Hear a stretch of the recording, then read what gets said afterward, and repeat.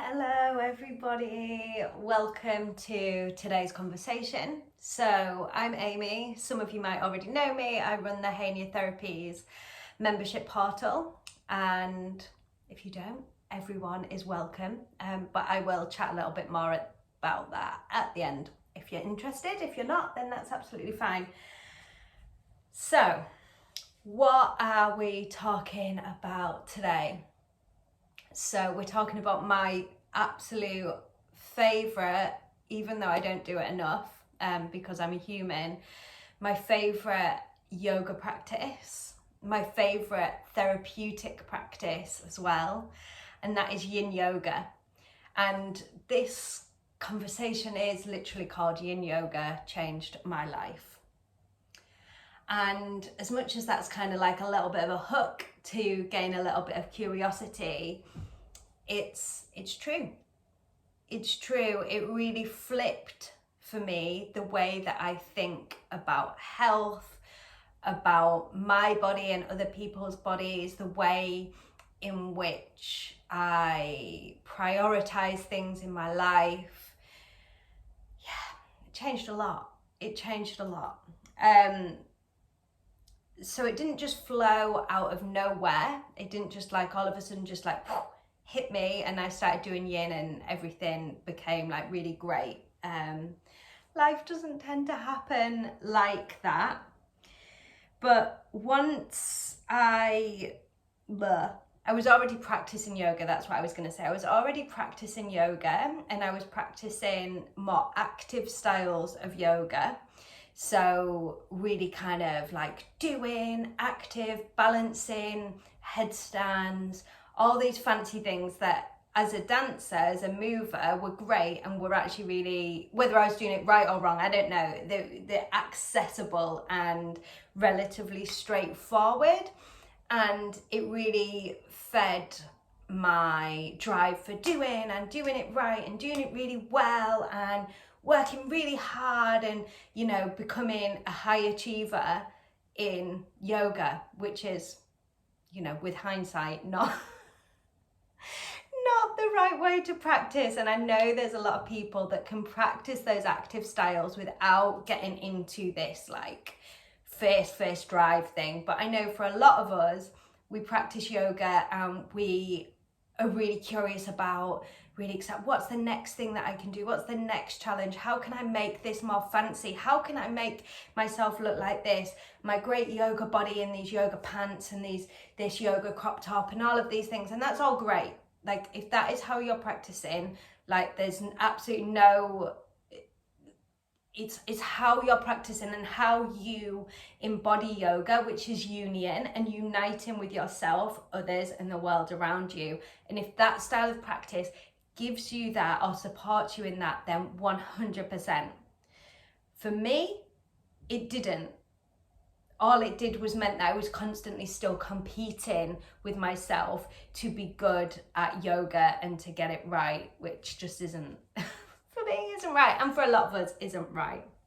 So what is Yin Yoga and why can it have, or why has it had for me and for a lot of my clients, had such a profound effect on physical, emotional, and energetic health, and holds the potential to change the way in which you live your life, or the trajectory. I like that word, I can never say it though, trajectory of where you're going and what you're doing. So Yin Yoga, Yin and Yang. So we've heard of these words, Yin and Yang, and they come from Chinese medicine or Chinese culture. Yin is the soft, is the dark, is the restful, is the nighttime state. Yang is our doing, our busy, our daytime, our sun, our active state. So the most simplest way to look at it is that we have yin as passive, yang as active.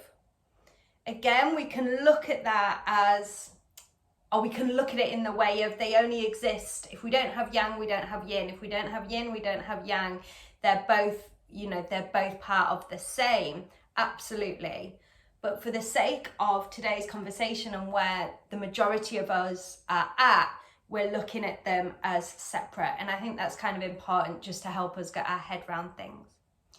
So what the yoga practices that I'm talking about, maybe our Ashtanga, our Vinyasa, our Hatha, these practices are active. We have sun salutations. Yes, we have moon salutations. But again, let's just kind of separate our minds a little bit. So they're active. Lots of active stretches, a lot of doing, shifting from position to position, building heat in the body, activating the energy system, and doing that physically with effort. Okay? Then we have our yin practice. And some of you will have practiced yin before, some of you won't have practiced yin before, okay? Because it's slightly less common. And it's slightly less desirable, I think, because we all want to do the doing, making ourselves stronger, balance on my hands kind of thing. So, what is yin yoga? Slow, steady stretches on the ground. Of course, we can do them on a chair, we can do them on our bed, we can do them on the sofa as well. Okay, so if you can't come down to the ground, don't think, oh, I can't do it. Absolutely not the case. Not the case at all. But in general, slow and steady stretches that can be held from anywhere between 1 and 10 minutes, dependent on how you're practicing, what your aims are, how long you've been practicing, and with the support of a facilitator who can guide you time-wise. Okay, that's it in its most simplest form. Slow and steady stretches. Slow and steady stretches. Why are we bringing in the slow and steady stretches? To bring in this gentler, slower energy to counteract or to balance out this busyness, this sometimes can be stress, this activation that is going on in everyday life. Because life is busy, right? So life is always doing, whether it's doing your emails, whether it's cooking the kids' tea, whether it's walking the dog, whether it's taking the cat to the vets, whether it's decorating, whatever it is, the majority of our life consists of busyness. So first, we just come to our yin practice to slow down. This slowing down on a physical level begins to stretch out the body, create space in the body. When we have space in our body, our systems, such as our respiratory system, our digestive system, our nervous system, all of the systems in our body perform better when we are 1, in a relaxed state, and 2, when they're given space to do so. Okay, so we create that space, we begin to slow down, we begin to access relaxation, and then a layer on top of that, which may be of interest and may not, is that we connect to what's called our myofascia. Our myofascia is tissue that connects, or trains of tension that go all the way through the body. And it's within these trains of tension that our body stores stories, memories, pains, traumas, experiences. So when we are struggling to process emotionally challenging situations, our fascia, really, not just our myofascia, our fascia in general, our body holds on to that. But then for emotional wellness, we want to take some time to release that release those stories, unlock those repressed memories. Again, in a safe way with a practitioner who can guide you through this process. Unlock these stories and in a safe way, get them out of the physical body, out of the fascia, and into the conscious mind, where then you can step into the next place of processing. So that we can see in a safe way what is needed to be seen, so that then it can be released and safely and securely packaged into the past. Because we all know that traumatic situations that aren't processed influence our present situation and influence our perception of the future. So it's really useful to come to the body and slowly start by doing these slow and steady stretches with guidance to release those situations. If that's what you choose to do. If that's what you choose to do. So therapeutically, this is done by coming to what's called your edge. So this term, the edge, can be used in different sort of therapeutic and healing modalities. But in a Yin Yoga space or class or therapy session, that means coming to a point of discomfort. And a lot of us don't like that.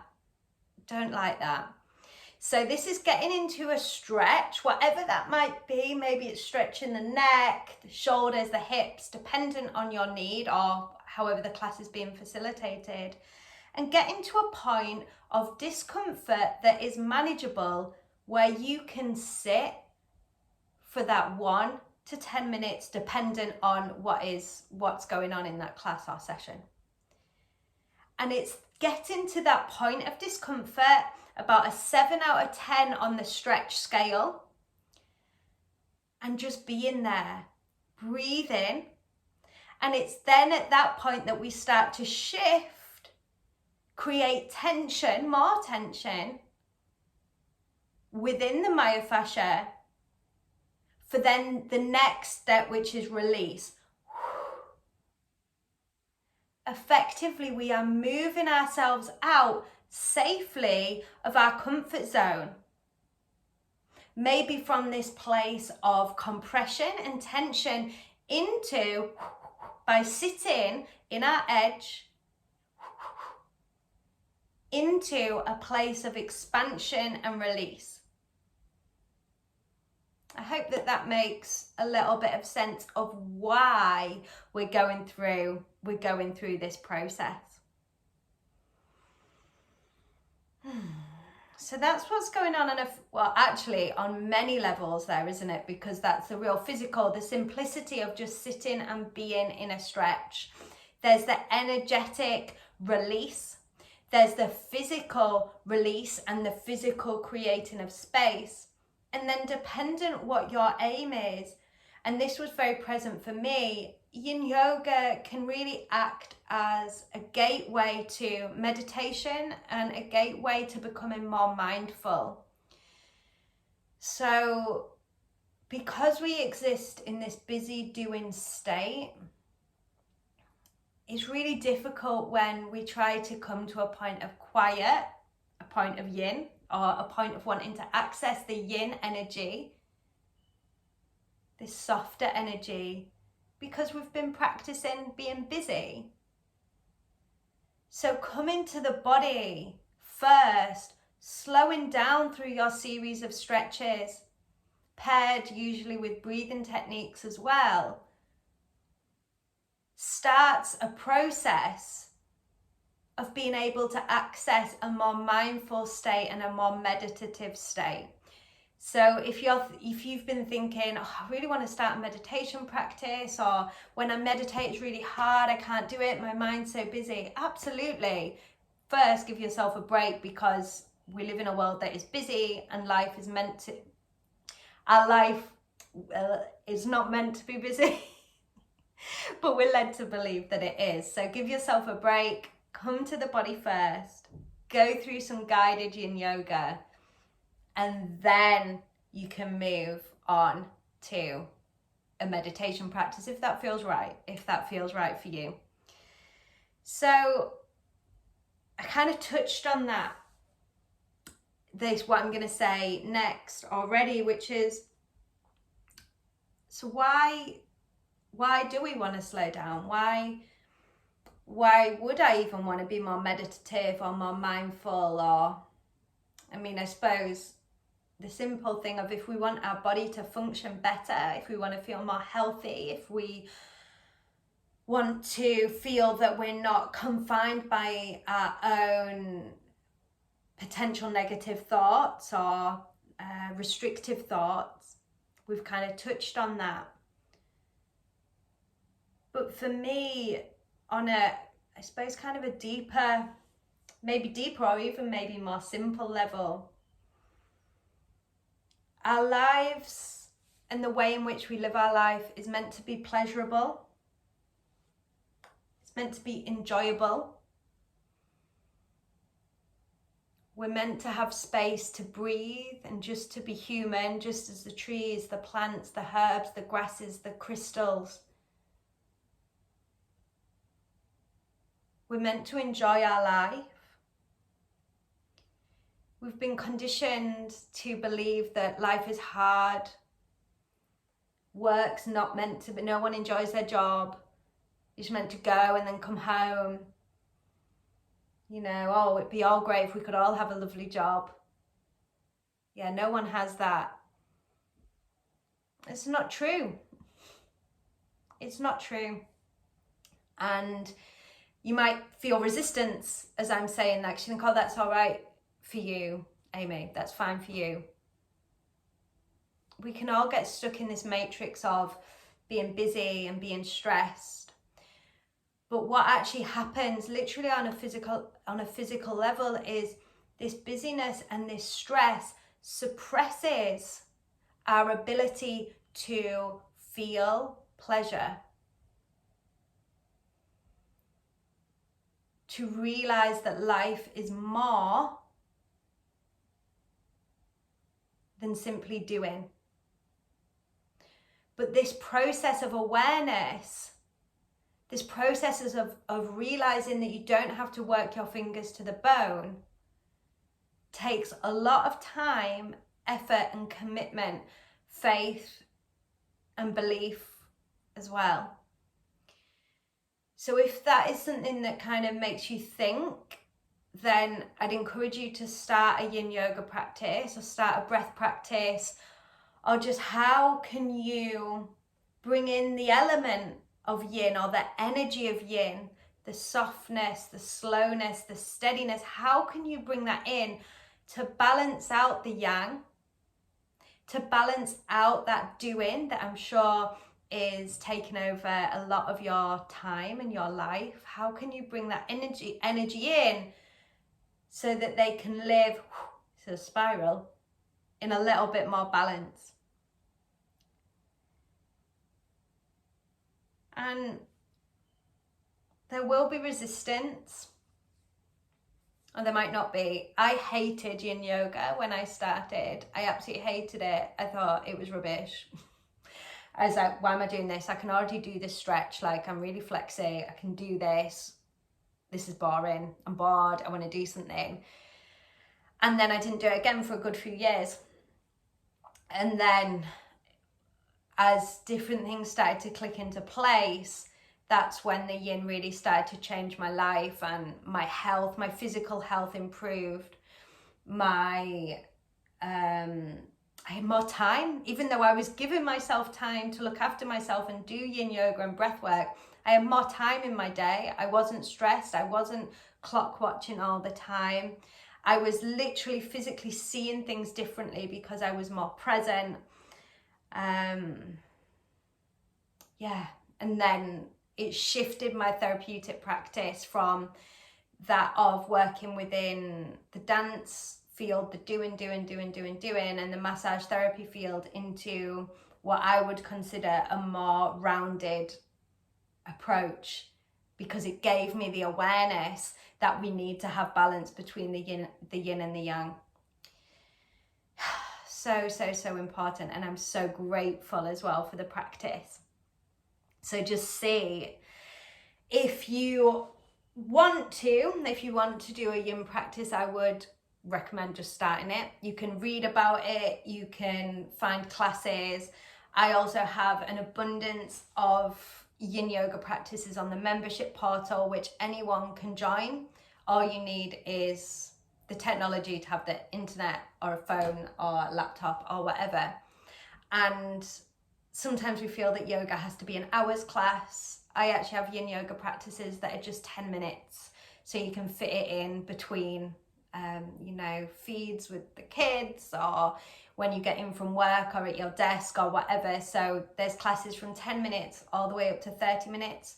Things like 20-minute yin yoga for neck and shoulder tension, yin yoga 10-minute for any time, one's to help you sleep, one's to help you find compassion, one's to help you surrender. So there's different practices on there that are accessible, that you can do, like I say, on the ground, on the chair, on your bed, especially the yin yoga for fatigue. You can do that on the bed, and it just helps your body get into a deep state of rest. So I hope that's helpful of why yin yoga, how powerful it is, even though it feels passive, and how it has the ability to change your life like it did mine. So it sounds a bit cheesy, but anyway, I'm gonna go with the cheese. It's fine. So if you have any questions, please pop them in the comments. Don't forget to subscribe and share, because I know that everyone is doing so much yang that we need some more yin. So we need to let people know. And okay. Lots of love to all of you, and hopefully we will connect again. So goodbye.